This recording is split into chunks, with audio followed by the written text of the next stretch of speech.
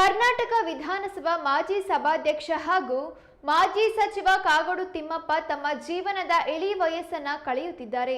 ಸದ್ಯ ಇಂದು ಕಾಗೋಡು ತಿಮ್ಮಪ್ಪನವರ ಜನ್ಮದಿನವಾಗಿದ್ದು ಕಾಗೋಡು ತಮ್ಮ 94ರ ಕಾಲಘಟ್ಟ ತಲುಪಿದ್ದಾರೆ.